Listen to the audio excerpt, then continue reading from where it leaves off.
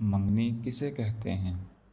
منگنی دراصل پیغام نکاح اور نکاح کا وعدہ ہے جو نکاح سے قبل فریقین کی باہم رضامندی سے طے پاتا ہے۔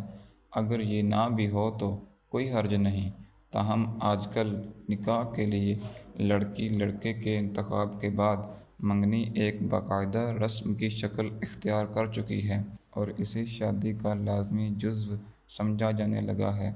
لیکن المیہ یہ ہے کہ اس کی رسم کی ادائیگی میں بھی کم و بیش اتنے ہی اخراجات ہونے لگے ہیں جتنے نکاح یا ولیمے کے موقع پر کیے جاتے ہیں۔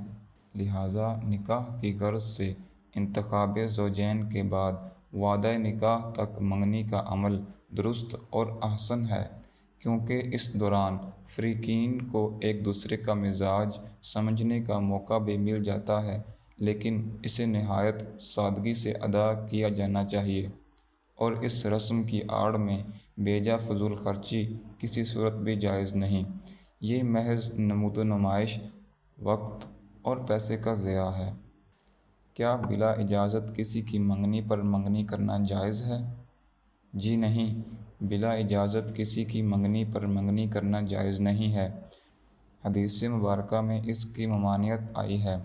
حضرت عبداللہ بن عمر رضی اللہ تعالیٰ عنہ بیان کرتے ہیں کہ حضور نبی کریم صلی اللہ علیہ وآلہ وسلم نے فرمایا، کوئی شخص اپنے بھائی کی بیع پر بیع نہ کرے، نہ کوئی شخص اپنے بھائی کی اجازت کے بغیر اپنے بھائی کی منگنی پر منگنی کرے۔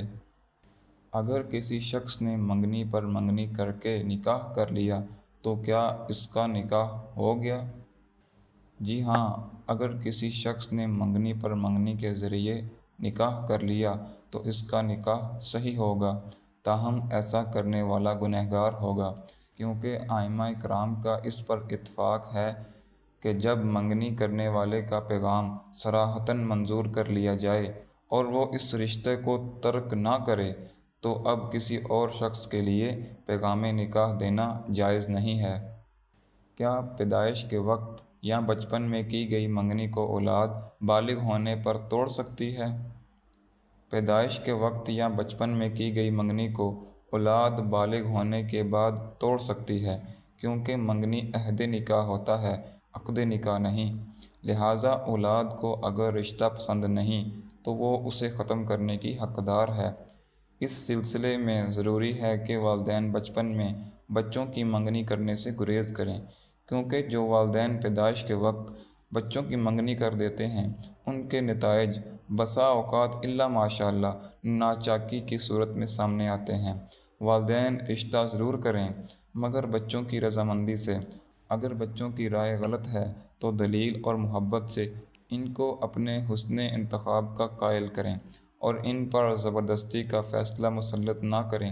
والدین اپنے بچوں کو اس حق سے کیوں محروم کرتے ہیں جو اسلام نے انہیں عطا کیا ہے؟